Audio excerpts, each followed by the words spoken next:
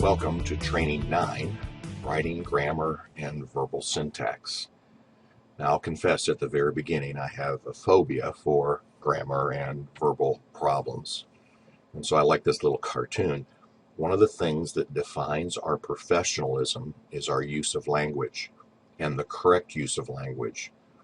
Very little communicates a lack of professionalism more than the misuse of the English language.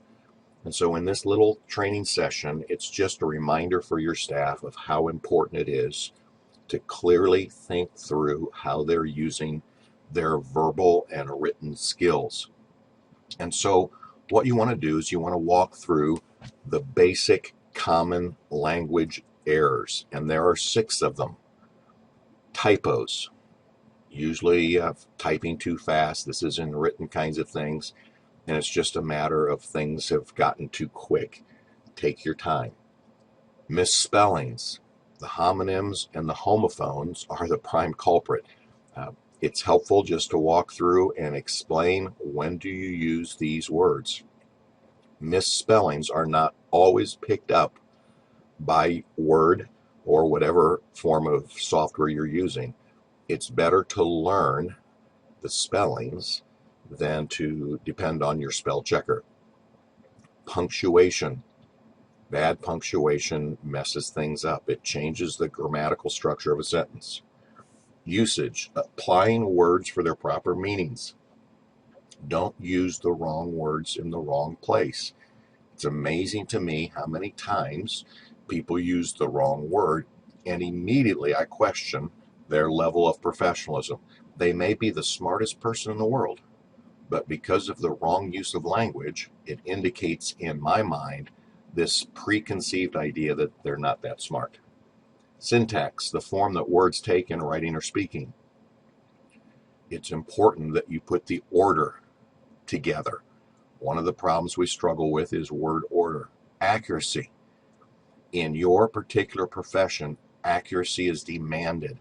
You must, in your notes and in your records, be 100% accurate. Take your time to check the accuracy. Just to help you with a couple of definitions, it would be helpful for your staff to make sure they understand these as well. Grammar is a set of rules that set forth the correct standard of usage in a language. They dictate how we should say things. Agreement between words, relationships, and constructions and sentences. Syntax is the study of sentences and their structure, what they look like. Syntax tells us what goes where in the sentence. In English, it's typically subject, verb, object. It helps us to understand that the order functions in a correct way.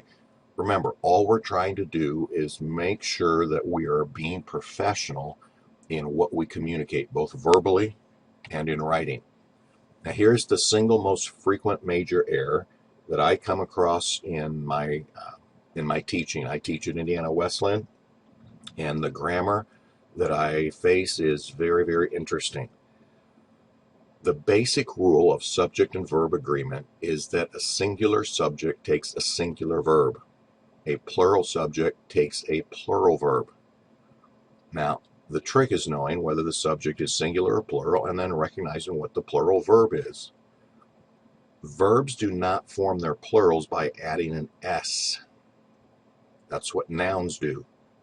In order to determine which verb is singular and which one is plural, think of which verb you would use with he or she and which verb you would use with they. For example, talks and talk. The singular form is talks. He talks. The plural form is talk. They talk. English can be confusing. This is a simple rule that you need to check and make sure you get your arms around. Subject and verb agreement. Single subject takes single verb.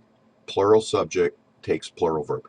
These are just some simple things, but one of the things that you're doing as a leader of your staff is reminding them that you want to raise and up the level of professionalism. And by paying attention to their grammar and their syntax, they will be perceived as more professional.